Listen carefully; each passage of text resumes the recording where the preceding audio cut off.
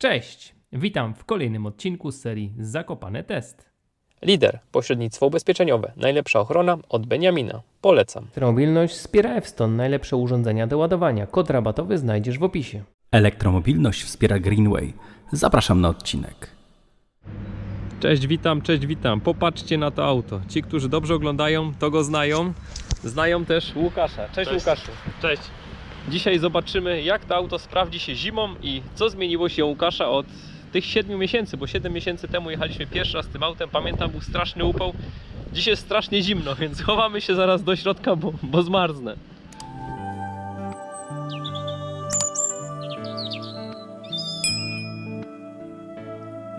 Czy warto kupić auto elektryczne? Jakie auto elektryczne kupić? Jeśli masz takie pytania, to chętnie pomogę Ci w odpowiedzi. I mam taką propozycję, jeśli posiadasz samochód elektryczny i miałbyś ochotę wykonać taki test Kraków-Zakopane, zapraszam do kontaktu. Mail zawsze znajdziesz w opisie.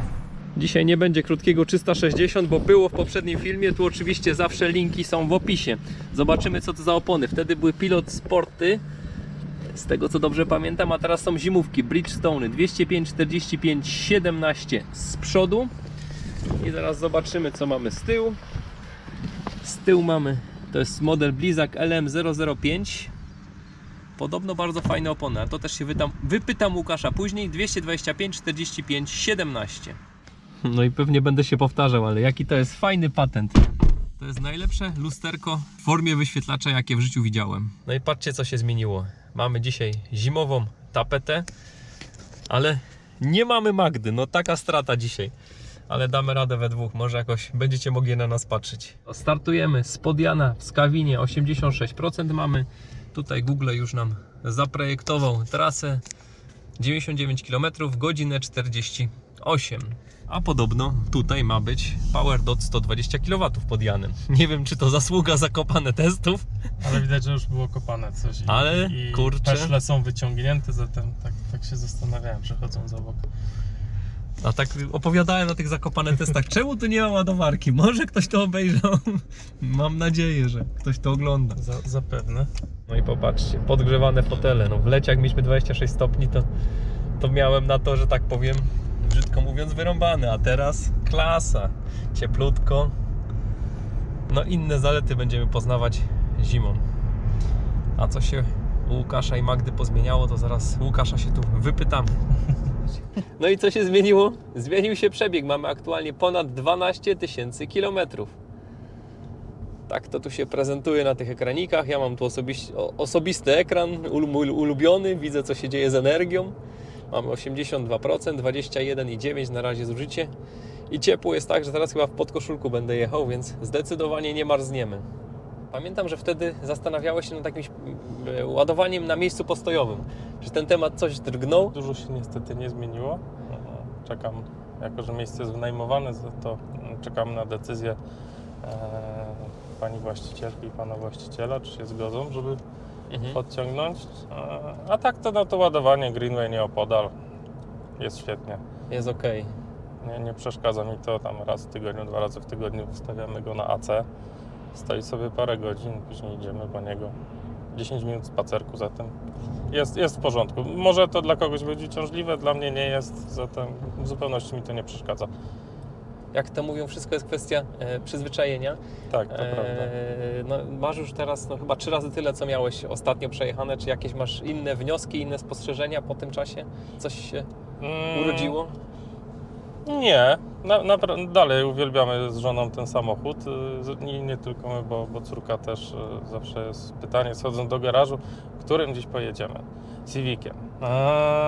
A możemy jechać Kermitem, bo znowu nie będziemy stawać nigdzie i tak dalej. No nie, dziś nie. Ale raczej, co widać po przebiegu, jeździmy autem elektrycznym. Ostatnio nawet popatrzyłem od ostatniego przeglądu, ile autem spalinowym zrobiłem, no to było to 800 km zrobiłem przez rok. No to ogólnie chyba nie jeździsz tak bardzo dużo jak ja, no ale 800 km to już jest. No nie, a w rok tym 12 zatem. To jest spora różnica. Zatem raczej gdzie możemy, to jeździmy autem elektrycznym. Duża frajda. Z ciekawości zapytam Cię o koszty, bo Widzę, że nowe opony masz. Jaki jest, bo to taki dość nietypowy rozmiar, dość duży. Jak Ci się udało ten komplet zimowy kupić? Oponeo. Oponeo. Nie, raczej rozmiary są standardowe, zatem z tym nie ma Aha. problemu. Troszkę się zastanawiałem, czy mają być to Micheliny, czy też Bridgestone'y. Padło na Bridgestone'y, ze względu tam, że indeks głośności jest dużo niższy niż Michelina. I zebrały bardzo dobre noty, zatem stwierdziłem, czemu nie, trzeba sprawdzić.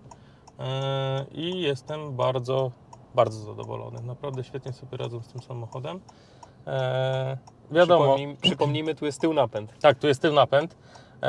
Zatem im więcej śniegu, tym większa zabawa. Zdarzało się, że można było driftować.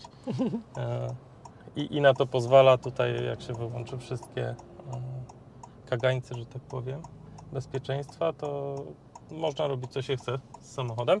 Może podeślę Ci później zdjęcie, jak wyjechaliśmy dużą zaspę nieopodal rynku w Krakowie, to i tak się wygrzebał z tego bez problemu. Zatem opony są świetne, bardzo polecam. No ja też kiedyś na Bridgestone'ach jeździłem i też chyba to były moje najlepsze zimówki. I nie wiem, czy znowu nie spróbuję kiedyś, zwłaszcza tutaj, jak Ty dzisiaj tak pozytywnie o nich się wypowiadasz, to może znowu jakieś Bridgestone'y u mnie zawitają, zobaczymy. A jaki koszt Ci wyszedł, pamiętasz mniej więcej tych opon? Około 3000. 3000 zestaw Przód i tył, z czego przód jest węższy, a tył szerszy, no bo tam jest ten napęd. No ale no, jeżeli jakaś opona trochę lepsza, no to niestety taki koszt. Jeśli ktoś nie oglądał pierwszego testu, to o więcej tematów, ile to auto kosztowało, co i jak, to tam w tym filmie ten temat poruszamy, więc nie będę teraz drugi raz o to samo Cię wypytywał. Natomiast pamiętam, że wtedy dość dużo zapłaciłeś za ubezpieczenie. Czy coś się udało w tym temacie zdziałać? Ubezpieczenie mamy kolejny wykup za miesiąc. Zatem w zeszłym tygodniu rozmawiałem z Beniaminem. Link do Beniamina w opisie. I ma coś znaleźć.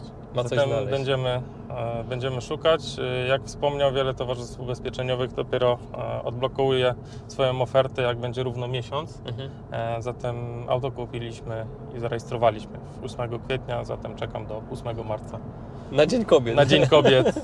No to trzymamy kciuki, żeby na Dzień Kobiet polisa była taka, na przykład z 2 albo z 3 na przedzie. Byłoby świetnie, bo to byłaby nie lada oszczędność. Się wyjaśni, zanim zacznę montować, to napiszę, za ile się udało ubezpieczyć. To gdzie najdalej byliście Kermitem? Gdzie najdalej? Było kilka fajnych wypraw. Byliśmy we Wrocławiu. Tam pojechaliśmy na wakacje. Też tutaj 2+1 plus rowery, bagażnik rowerowy. Dojechaliśmy, nie było problemu. Plus jakieś wycieczki do Raciborza. Nie tak dawno mieliśmy pojechać nad morze, do Gdańska. No ale niestety rozchorowaliśmy się i ten wyjazd trzeba przełożyć, ale na pewno go odbędziemy. A powiedz mi, jak jechałeś do Wrocławia, to gdzie tam się ładowałeś? Po drodze na autostradzie jest na tak zwanych tych mopach były stacje Greenwaya. Większość było chyba setek, 100+. Zatem nie było problemu. Jakie moce tam? Bo pamiętam, że wtedy Przyznam szczerze, że nie sprawdziłem. nie patrzyłeś dokładnie. Nie patrzyłem, ale po prostu wrzucaliśmy do ładowania, poszliśmy do toalety, wypić jakąś kawę do tego. Czyli Łukasz tu reprezentuje luźne podejście, które ja coraz bardziej popieram. Po prostu podpinasz, idziesz tam zjeść, wypić kawę. Tak, najwyżej jak jeszcze chcę troszeczkę, żeby się więcej podładował, to pójdę się przejść. Nie, naprawdę nie przeszkadza mi to. Zatem... Tak jak pamiętam, Magda mówiła, że trochę tak zaczęliście taki trochę slow life celebrować i Kermit się w to wpisuje. I ja uważam, że to jest dobra zmiana, tak, żeby ktoś tu nie miał wątpliwości. Pewnie są tacy, którzy uważają, że nie, ale to warto spróbować.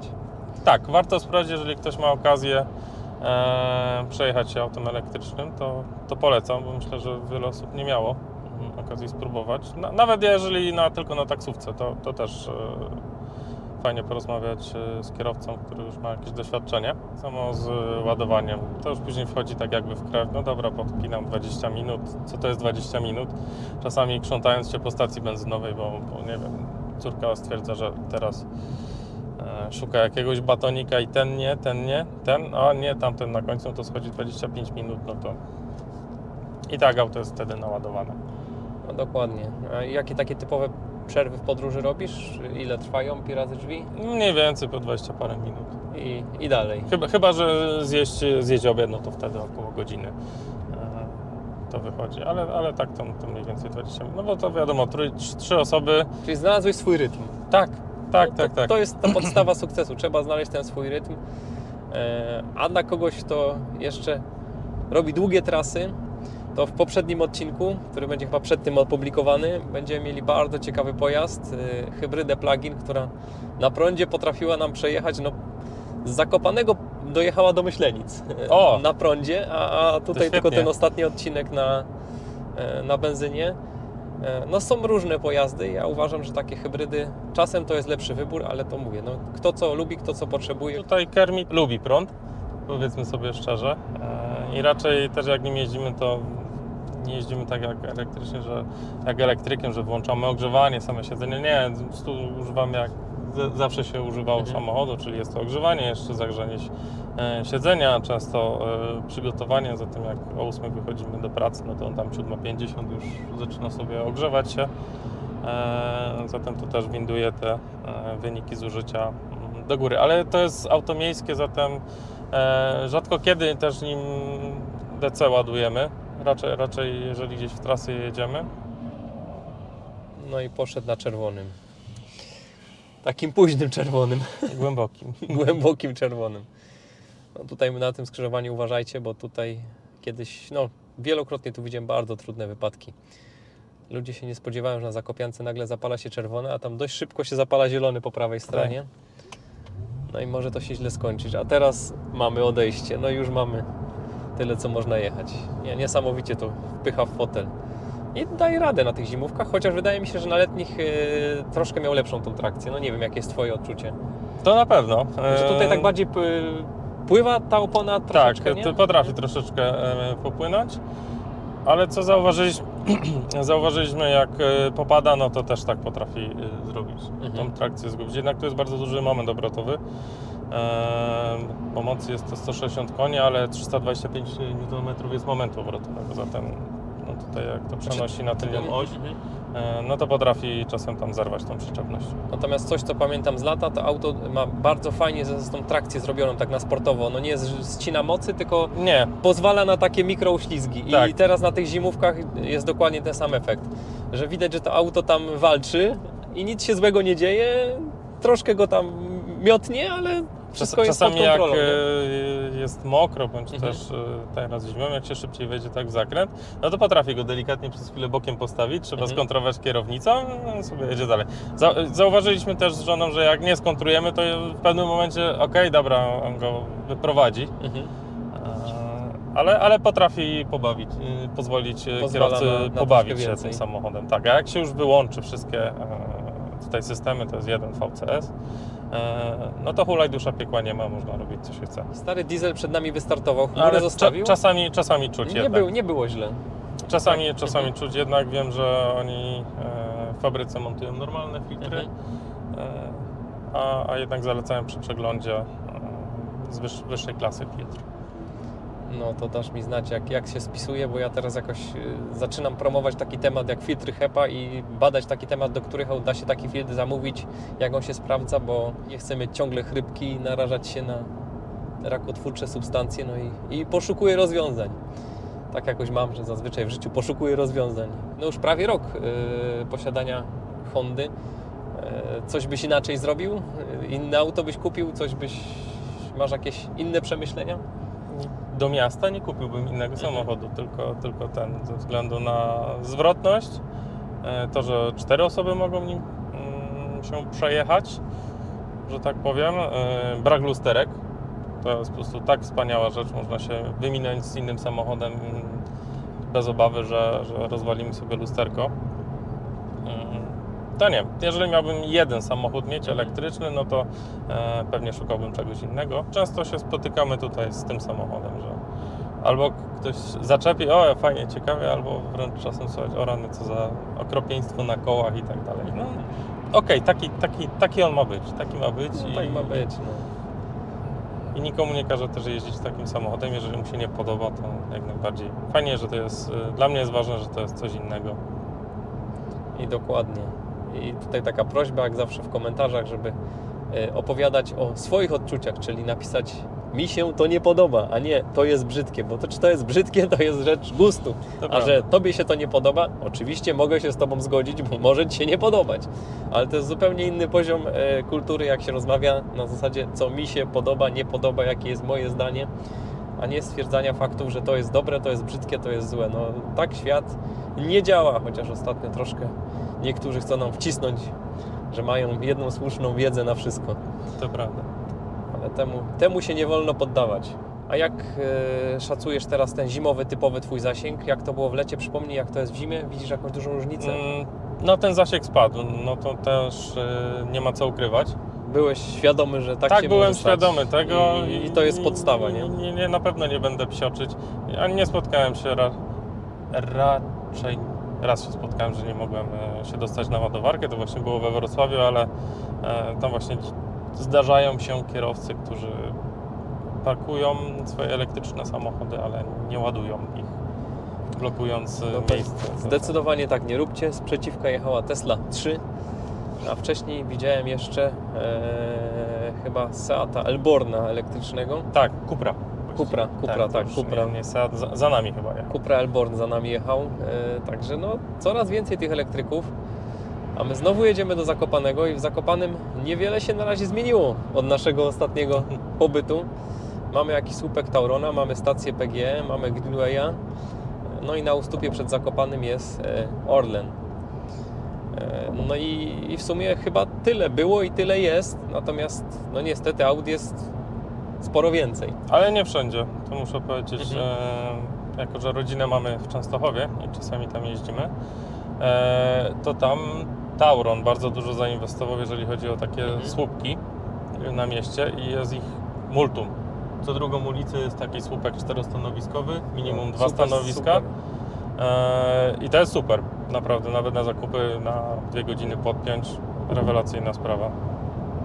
No, zwłaszcza, że w miastach to poza słupkami to niewiele trzeba do szczęścia, nie? Nie, naprawdę. Myślę, że nawet tych CCS-ów nie potrzeba tak naprawdę. Tam jak są CCS-y potrzebne, to raczej gdzieś przy trasach szybkiego ruchu, autostradach, tam gdzie potrzebne jest to szybkie ładowanie. No zdecydowanie. Dzisiaj miał być zimowy test, jest zimno, na razie mamy 5 stopni na zewnątrz, resztki śniegu. Wszyscy tak się martwią o taką zimę prawdziwą, a tu zimy prawdziwej w tym roku to mieliśmy te 2 tygodnie, nie? Może no, tego śniegu, że była mrozów, to kilka dni dokładnie, tak jak mówisz. Więc nie ma co się martwić na zapas. A w ogóle to oszczędzamy jeżdżąc elektrykiem takie pieniądze, że nawet jeśli byśmy raz do roku potrzebowali jakiś inny samochód, to można go po prostu pożyczyć. Zgadza się. Jakby coś się wydarzyło. Ja uważam, że tam zawsze opcji jest w życiu dużo. No, patrząc tutaj po mnie, że drugi samochód 800 km 800 km zrobił od ostatniego przeglądu.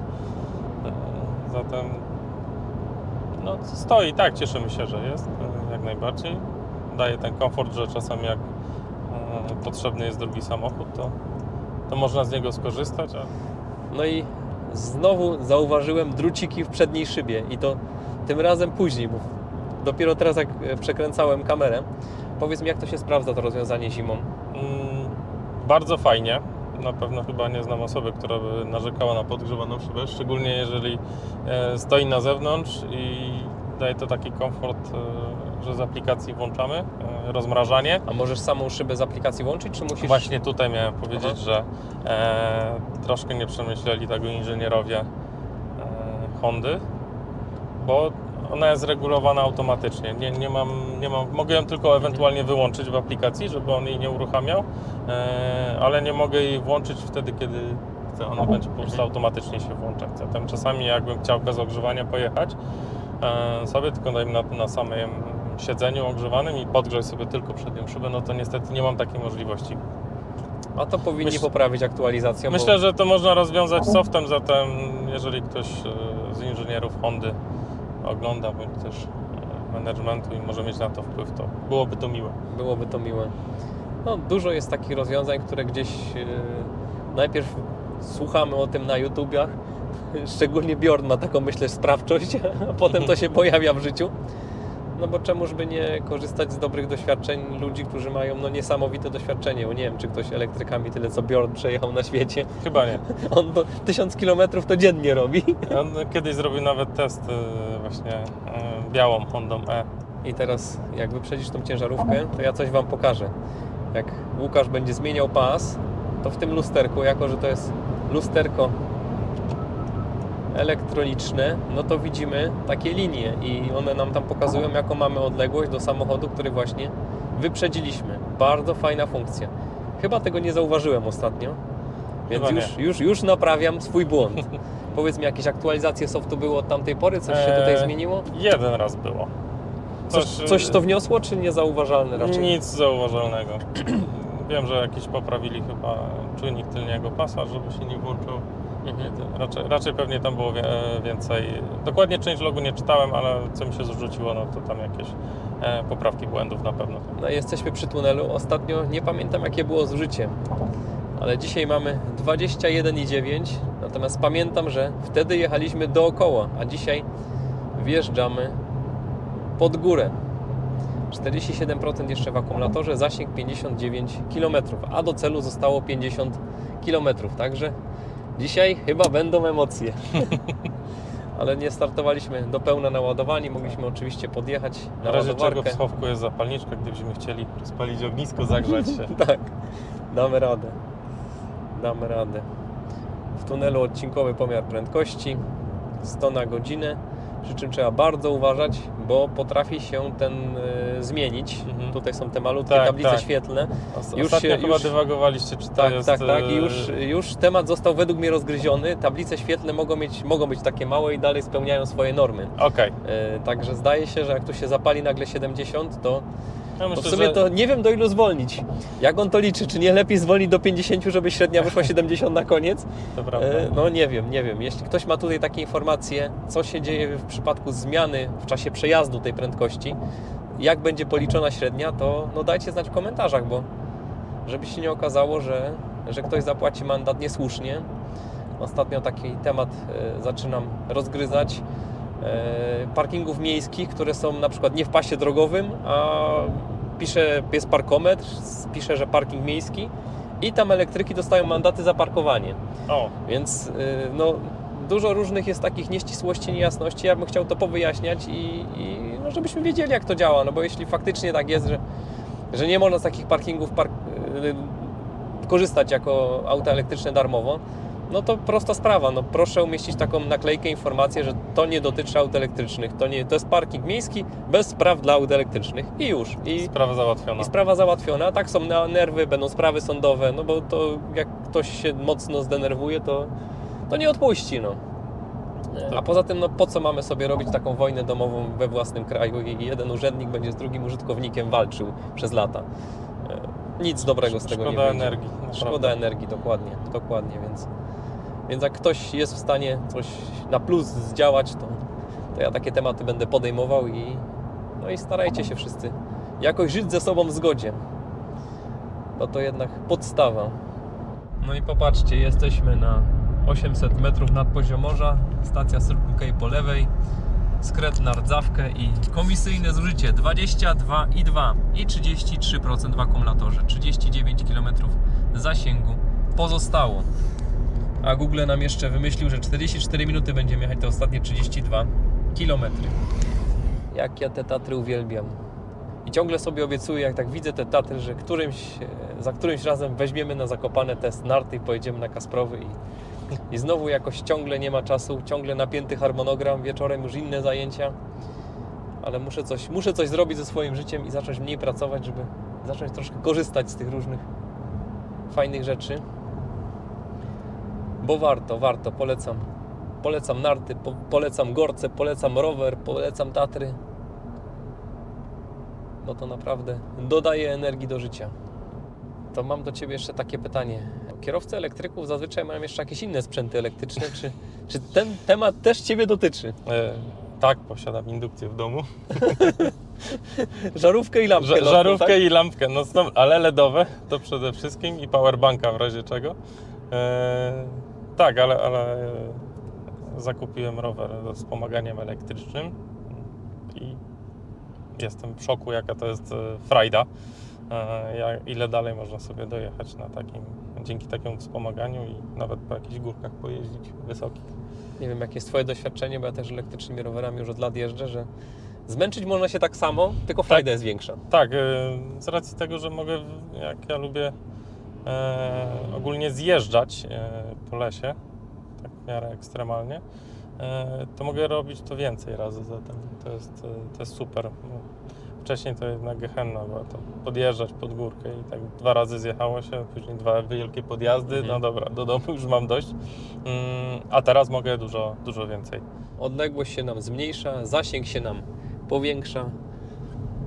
Dlatego ja zawsze uważam, że trzeba mieć swój rozum. Jeśli wiemy, że mamy tu dostępne 28,5 kWh, wiemy, że mieliśmy 80%, no to tam pi razy drzwi mieliśmy jakieś 24 kWh do przejechania 100 km, więc możemy mieć zużycie 24, żeby dojechać.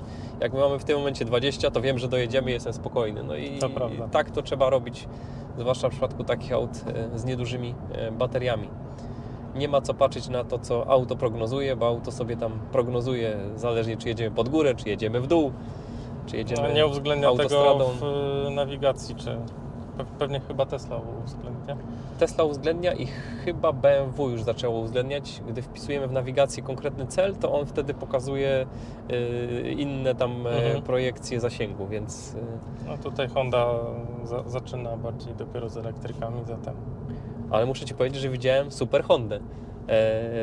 Ukrainiec przyjechał Hondą z chińskiego rynku, jakieś takie pi razy drzwi jak HRV to wyglądało. Taki fajny crossoverek z baterią tam coś koło 60 kWh. a chyba. Także wiemy, jakie. jest taka Honda, Jest, tylko nie ma w Europie. Nie ma w Europie, to prawda. Także- W Europie z czymś takim będą chodzić w przyszłym roku, właśnie CRV. I mowa się ma mieć baterię tam 60 czy 70. Mocy nie wiadomo, jeszcze nie podali. Mam mieć przód napęd. No miejmy nadzieję, że zrobią to lepiej niż Toyota, bo BZ4X w teście Bjorna chyba 14,5 godziny na 1000 km jechał. Tak, bo To tam jakieś jest ta krzywa dramatyczna krzywa ładowania. jest bardzo niekorzystna. A że to tak nie jest powiem. auto miejskie. Hondzie E można to wybaczyć. No mam nadzieję, że Honda tutaj pójdzie po rozum do głowy i zrobi tak, jak należy. Bo jeśli w przypadku tej najmniejszej Hondy wszystko zrobili jak należy, bo no tutaj coś Ci trzeba więcej w miejskim aucie, o tyle w jakimś aucie takim na trasy, to już tam To jest ważne. trzeba to wszystko dopracować, nie? No i popatrzcie,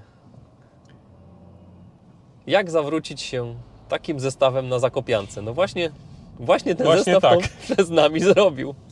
Za późno kamerkę włączyłem, ale Honda E też jest bardzo zwrotna. Mam nadzieję, że dzisiaj nagramy to i się uda. Poprzednio też nagrałem, ale było ciemno. Dzisiaj spróbujemy nagrać, jak jest jasno i Wam zaprezentować, bo też Honda E potrafi się zawrócić w miejscu. W Białym Dunajcu bardzo często lubią stać, więc uważajcie. I ja znowu muszę się tutaj podzielić takimi swoimi refleksjami na temat tej Hondy. Nic się nie zmieniło. Znowu budzi we mnie wiele pozytywnych emocji ten samochód. Jest to taki naprawdę samochód, który no, zdecydowanie da się lubić. Ciężko powiedzieć nawet, za co się go lubi, ale nie jest to takie pospolite auto. Dali rurę za kimś, Chyba tak. bo tak dość dziarsko startowali. A czy za co lubić, to jak sobie radzi w mieście przede wszystkim. Zwrotność, sposób prowadzenia, taki pomiędzy sportowym, a nie przesadzone. Fajnie jest to styl retro, taki rozwiązany w nowoczesnym wydaniu. Zatem podoba się do tej pory i zawsze mamy frajdę i gdzieś jak go zostawiamy w garażu czy gdzieś na parkingu, to zawsze się człowiek obejrzy. Więc tam wielka prośba, jeśli posiadasz auto elektryczne lub jakąś fajną hybrydę plug-in, koniecznie zgłaszajcie się na Zakopane Test, bierzcie przykład z Łukasza, no bo dzięki Wam ta seria powstaje, dzięki takim ludziom jak Łukasz i innym uczestnikom Zakopane Testu, więc zapraszam każdego serdecznie. Mail zawsze znajdziecie w opisie do kontaktu.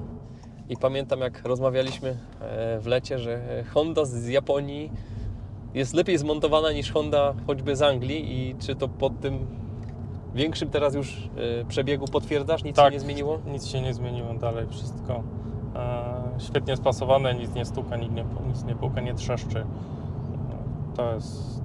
To jest rewelacyjne i no z racji tego, że już Honda przyniosła swoje fabryki tylko do Japonii, to co idzie na Europę zatem. Myślę, że już będzie więcej tej jakości wykonania.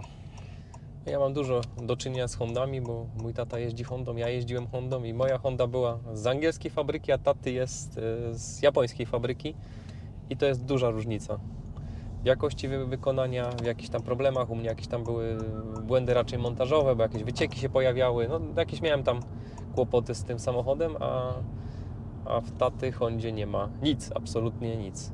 Twój Civic też jest chyba angielski, tak? Tak, było kilka akcji serwisowych, zresztą tam no, te plastiki jak się ponaciska, to jednak coś tam słychać, ale widać tą różnicę i jak jeździłem 11 generacją, tą najnowszą, która też już jest produkowana tylko w Japonii, no to też znacznie widać tą różnicę, jeżeli chodzi o jakość wykonania wnętrza. Tutaj Japończycy pokazali to, z czego słyną. A czy masz jakąś swoją listę samochodów, których jeszcze nie było na Zakopane Test, a które są dostępne w Polsce, można kupić? Zdecydowanie. Tutaj już pertraktuję z właścicielem Toyoty BZ4X. Chciałbym kogoś z Lexusem UX-em zaprosić, więc jeśli macie takie auta, to zdecydowanie się zgłaszajcie. No i brakuje mi na Zakopane Teście póki co EQS-a, brakuje Taycana, brakuje tutaj tych sportowych samochodów, nie wiem, czy tam no, niektórzy po prostu, znając polskie realia, nie chcą się chwalić takimi samochodami, ale mam dla nich też rozwiązanie, możemy całkowicie zdepersonalizować taki test. Nie będzie ani tablic rejestracyjnych, ani twarzy użytkownika, a pomimo tego możemy auto przetestować, więc moglibyście tutaj wesprzeć w ten sposób kanał i pozgłaszać się z takimi samochodami, bo wiem, że takich samochodów trochę jest i myślę, że są też warte pokazania. Brakuje Mercedesa EQC, no i z takich nietuzinkowych Chyba nie miałeś pojazdów. Mercedesa żadnego. Mercedes jeszcze nie jest opublikowany, ale Okej. jak ten film, który dzisiaj tworzymy, będzie opublikowany, to już będzie EQA. O, właśnie o niego miałem pytać. Bardzo ciekawy samochód. Uważam, że dużo lepszy niż EQB, który miałem okazję kiedyś jeździć. EQB też nie było na Zakopane Teście. EQA mnie kupiło systemem, który prowadzi po stacjach Ionity. No działa to po prostu rewelacyjnie. Wie, że Ionity to jest to, co jest no, generalnie najlepsze, więc stara się preferować te A nie najszybsze jest tak, stacje. że jednym z inwestorów jest właśnie? Tak. No jednym z tutaj, no jak się to zbiera, jednym z inwestorów jest Mercedes całego Ionity i to Chyba naprawdę... wielka trójca, przepraszam, tak. Tak, Mercedes, Audi, BMW i Kia do tego dołączyła. O, świetnie. I do czego zmierzam? Że można tym autem jeździć jak Teslą, czyli przeprowadzić je przez całą Europę po ładowarkach, pokaże gdzie będziesz je ładował, jak długo się będziesz ładował, na ilu procentach przyjedziesz, ile to będzie kosztować. Także mamy nawet w sumie lepiej jak w Tesli, bo Tesla chyba póki co potrafi tylko po superchargerach prowadzić, a Mercedes potrafi prowadzić nie tylko po Ionity, ale już po różnych innych ładowarkach, a co najważniejsze, prowadzi po tych ładowarkach, które działają na mercedesowskiej karcie do ładowania. O, Czyli super jeśli sprawa. Mercedes wytyczył trasę, to my przykładamy mercedesowską kartę do ładowania i wiemy, że wszystko będzie w porządku. I przy 15% auto zasygnalizowało, że warto by było się naładować.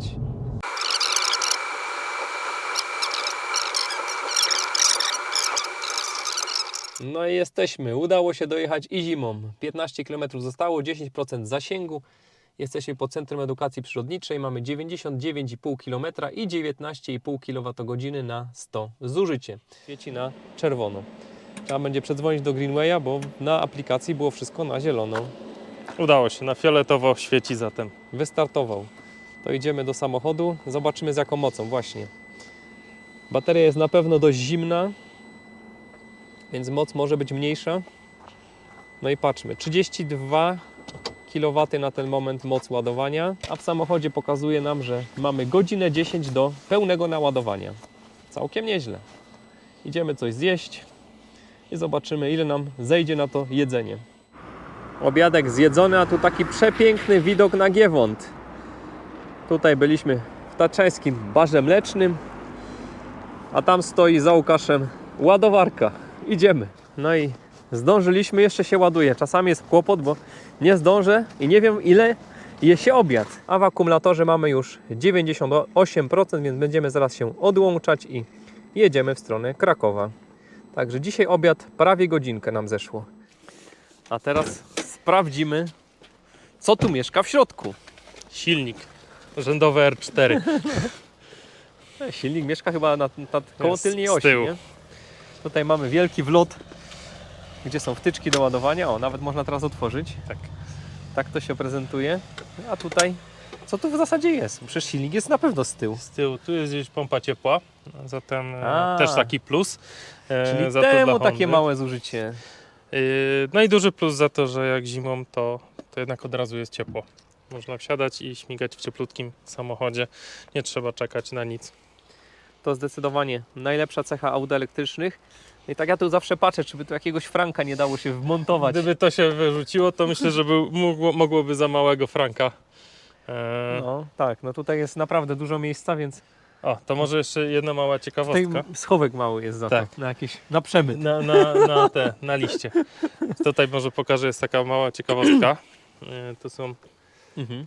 takie, nie wiem jak to Odboje czy co? odboje, Mhm. które w razie kontaktu z przechodniem ta maska się odwróci i po prostu do połowy szyby wystrzeli, tak żeby ktoś nie uderzył głową w szybę.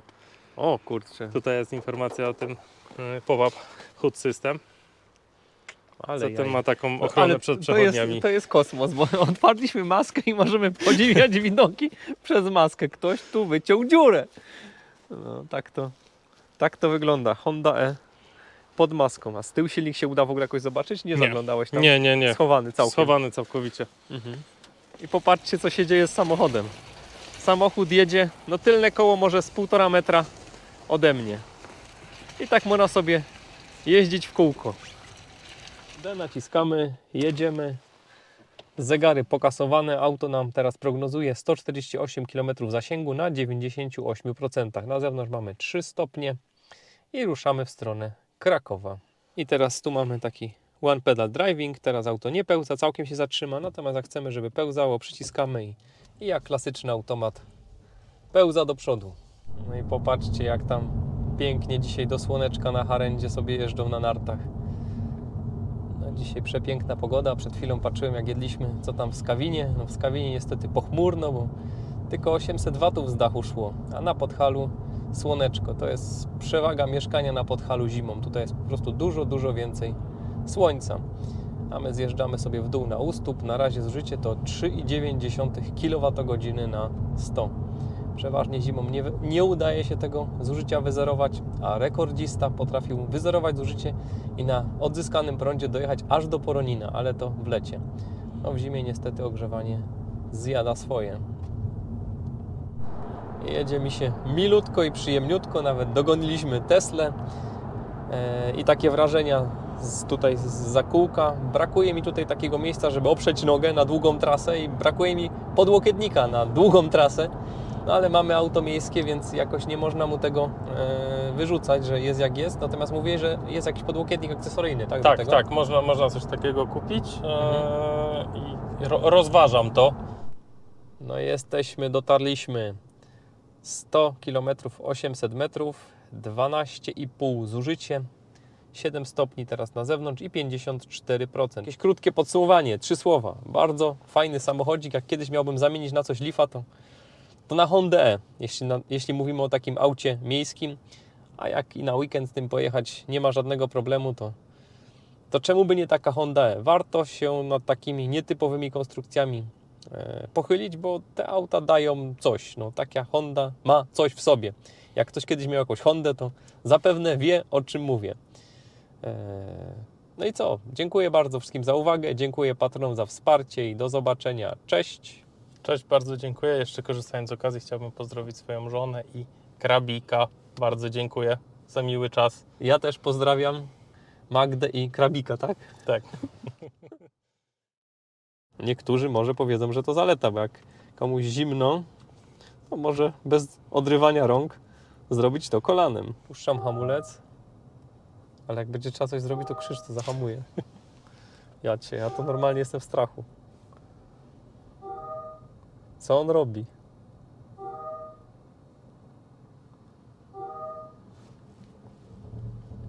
sama kierownica się kręci. I sam jeździ do przodu i do tyłu, bo czasem trzeba było do przodu, do tyłu dawać. Nie? A tutaj nic. On sam. Nic nie dotykam. Sam wbija wsteczny, sam wbija drive'a, sam kręci. No, i dawno się tak przy parkowaniu nie bałem. Chyba ostatni raz tak prawo jazdy robiłem. To jest dla ludzi o mocnych nerwach. Jeszcze stwierdził, że krzywo. Wyrówna. Będzie poprawiał.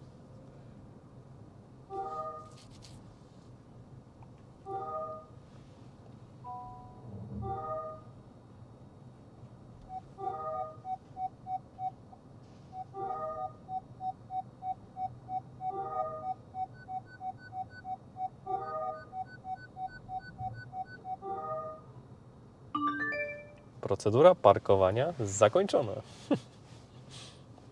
Całkiem równo. Całkiem fajnie mu to wyszło.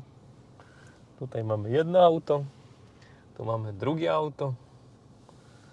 No, udało się. Przeżyłem.